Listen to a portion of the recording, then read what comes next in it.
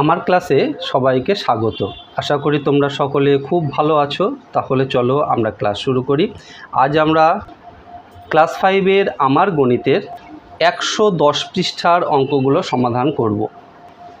এই 110 পৃষ্ঠাতে আমরা অপ্রকৃত ভগ্নাংশ থেকে মিশ্র ভগ্নাংশে পরিণত করা শিখব। প্রথমে দেখো, খুব সুন্দর করে আমাদেরকে বোঝানো হয়েছে কিভাবে একটি অপ্রকৃত ভগ্নাংশ থেকে মিশ্র ভগ্নাংশে নিয়ে যাওয়া যায়। দেখো, এখানে আছে 7-এর 11। এই 7-এর 11 একটি অপ্রকৃত ভগ্নাংশ। একে কিভাবে মিশ্র ভগ্নাংশে নিয়ে যাওয়া হয়েছে।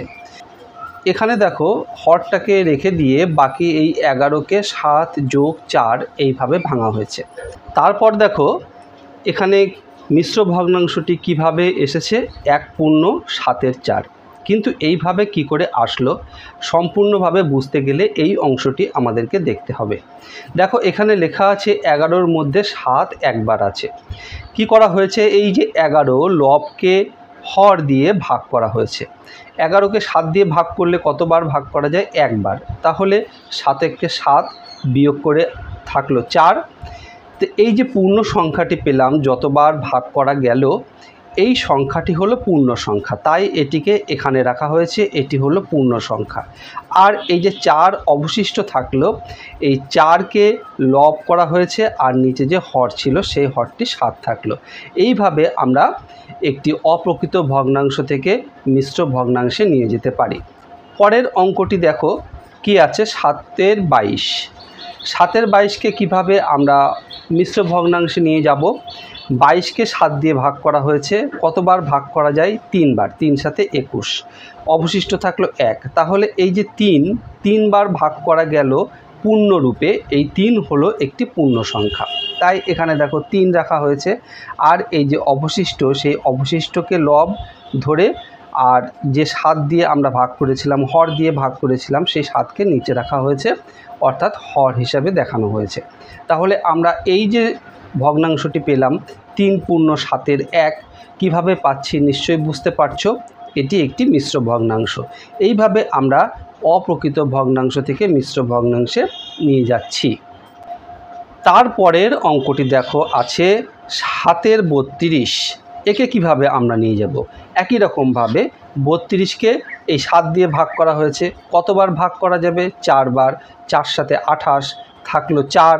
তাহলে এই 4 পূর্ণ, এখানে দেখো 4 পূর্ণ দেওয়া হয়েছে।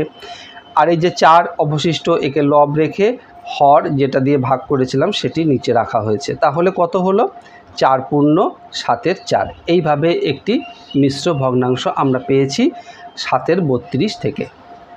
চলো আরও একটু প্র্যাকটিস করে নিই। এখানে আছে 5-এর 23। 5-এর 23কে আমরা কিভাবে মিশ্র ভগ্নাংশে নিয়ে যাব। একই রকমভাবে আমরা লবকে হর দিয়ে ভাগ করব। 23কে 5 দিয়ে ভাগ করলে কতবার ভাগ করা যাবে, দেখো 4 বার। 4 5 20, অবশিষ্ট কত থাকলো, 3। তা এই যে 4 পূর্ণরূপে ভাগ করা গেল 23কে 4 বার 5 দিয়ে, এই 4 হলো পূর্ণ সংখ্যা। 4 এখানে লিখলাম। এইবার এই যে অবশিষ্ট 3, এটিকে আমরা লব রাখবো, আর যেটি দিয়ে ভাগ করেছিলাম অর্থাৎ হর, সেটি হরই থাকলো 5। তাহলে আমরা পূর্ণ সংখ্যা পেলাম 4 আর ভগ্নাংশ পেলাম 5-এর 3। তাহলে এই মিশ্র ভগ্নাংশটি কত হলো, 4 পূর্ণ 5-এর 3। এটিকে দেখে দেখে আমরা এটিকে এইভাবেও লিখে নিতে পারি, 4 আর 5-এর 3। তারপরে দেখো আছে 4-এর 17। একই রকমভাবে তোমরা এই এতগুলো যে অঙ্ক আমরা দেখলাম, একই রকমভাবে এই অঙ্কটি তোমরা নিজেরাই নিশ্চয়ই করতে পারবে। তাই এই অঙ্কটি আমি ছেড়ে দিলাম, তোমরা এটি করো। তারপরে দেখো, এখানে 1 2 3 4 5টি অঙ্ক দেওয়া হয়েছে। অপ্রকৃত ভগ্নাংশকে মিশ্র ভগ্নাংশে পরিণত করতে হবে। আমরা সুন্দরভাবে শিখে গেছি কিভাবে অপ্রকৃত ভগ্নাংশ থেকে মিশ্র ভগ্নাংশে পরিণত করতে হয়। তাহলে চলো এখান থেকে পরপর 3টি অঙ্ক আমরা করি, বাকি 2টি তোমাদের জন্য ছেড়ে দেবো। তোমরা নিজেরাই করতে পারবে যদি এই 3টি অঙ্ক তোমরা ভালোভাবে একটু লক্ষ্য করো। পদ আগে দেখো আছে 4-এর 21। অপ্রকৃত ভগ্নাংশটি লিখে নিয়েছি। এবার কি করতে হবে, এই হর দিয়ে লবকে আমরা ভাগ করব। 4 দিয়ে আমরা 21কে ভাগ করি। কতবার ভাগ করা যাবে? দেখো 5 বার। 4 5 20, 1 অবশিষ্ট থাকলো। তাহলে আমরা আগে যেভাবে শিখেছি সেইভাবে লিখব। কিভাবে লিখব? দেখো পূর্ণরূপে 5 বার ভাগ করা গেছে, তাই 5 পূর্ণ সংখ্যা। এবার অবশিষ্ট যেটি থাকলো সেটি হয়ে গেল লব, আর হর দিয়ে ভাগ করেছিলাম, হর কত? 4, নিচে লিখে দিলাম 4। তাহলে মিশ্র ভগ্নাংশটি আমরা কি পেলাম? 5 পূর্ণ 4-এর 1। খ দাগে দেখো আছে 5-এর 27। একে আমরা কিভাবে মিশ্র ভগ্নাংশে নিয়ে যাব? একই রকমভাবে দেখো 5 দিয়ে অর্থাৎ হর দিয়ে 27কে লবকে ভাগ করব। ভাগ করলে কতবার ভাগ করা যাবে? 5 বার। 5 5 25, 2 অবশিষ্ট থাকলো। তাহলে এই যে পূর্ণরূপে 5 বার ভাগ করা গেল, এটি হবে পূর্ণ সংখ্যা 5। অবশিষ্টকে আমরা লব রাখবো, আর হর যেটি দিয়ে ভাগ করেছিলাম তাই থাকলো 5। তাহলে মিশ্র ভগ্নাংশটি আমরা কি পেলাম? 5 পূর্ণ 5-এর 2। তারপর গ দাগে দেখো আছে 5-এর 38। একে কিভাবে আমরা মিশ্র ভগ্নাংশে নিয়ে যাব?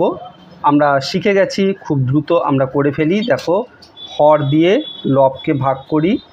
কতবার ভাগ করা যাবে? 38কে 5 দিয়ে 7 বার। 5 7 35, অবশিষ্ট থাকলো 3। তাহলে এই 7 হয়ে গেল পূর্ণ সংখ্যা। 7 পূর্ণ 3-এর 5। আশা করি এতক্ষণ যে অঙ্কগুলো করলাম তোমরা মনোযোগ দিয়ে দেখেছো এবং খুব ভালোভাবে বুঝতে পেরেছো। তাই এই দুটি অঙ্ক তোমাদের জন্য ছেড়ে দিলাম, তোমরা নিজেরাই প্র্যাকটিস করো। আশা করি নিশ্চয়ই পারবে। ভিডিওটি ভালো লাগলে অবশ্যই একটি লাইক করো আর তোমার বন্ধুদের মধ্যে শেয়ার করে দিও, তাহলে তোমার বন্ধুরাও কিন্তু শিখতে পারবে। আর এই রকম ভিডিও আবারও পেতে চাইলে চ্যানেলটি অবশ্যই সাবস্ক্রাইব করে রেখো। খুব ভালো থেকো, দেখা হবে আবার পরের ভিডিওতে। ধন্যবাদ।